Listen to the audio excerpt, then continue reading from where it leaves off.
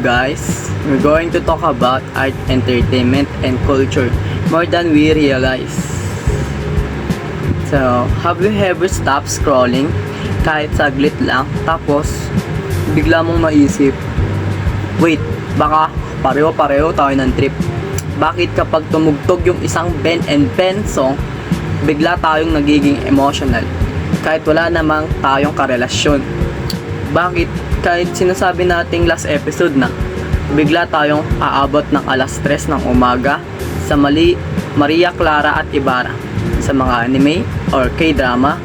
At bakit kapag may bagong TikTok trend, kahit sabi mong cringe, nahuli mo na lang sarili mo, ginagaya mo na rin? Hi everyone! Welcome to the podcast. Ako si Jesly and today we're talking about something na akala nating pang-enjoy lang pero tahimik na hinubog kung sino tayo. Art, entertainment, and culture. Hindi lang sila libang. Hindi lang sila pampalipas oras. They influence how we speak, how we dress, how we think, and minsan, how we see ourselves. Isang kanta lang, biglang nostalgia. Isang pelikula lang, biglang nag-iiba ang pananaw mo sa buhay. Isang viral clip lang, biglang nagbabago ang buong trend ng isang generation. That's not coincidence. That influence. Art is expression. Makikita natin yan sa original Filipino music mula kila Eraserheads hanggang SB19.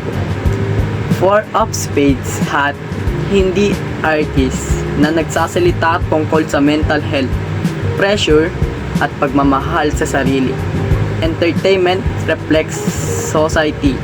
Mga pelikula at series tulad ng General Luna, On the Job, at Maria Clara at Ibarra. Pinapakita na ang entertainment pwedeng maging history lesson, social commentary, at eye-opener at all once. At siyempre, nandyan ang TikTok at social media. Isang sayaw, isang audio, isang meme. Kayang pag-isain ang milyon-milyong Pilipino. Nakakatawa. Oo, powerful din. Kasi dito nabubuo ang modern culture natin. Culture is identity.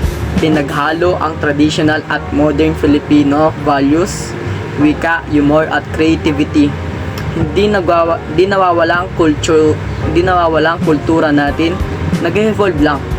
So, the next time you press play a song, the next you bring a series, the next time you laugh at the viral videos, ask yourself, what is this teaching me? What part of me is this changing? Because art make us feel, entertainment make us connect, and culture remind us kung sino tayo at saan tayo nabibilang. This generation is loud, creative, emotional, and expressive, and our art proves that.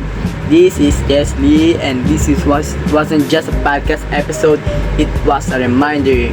Okay guys, thanks.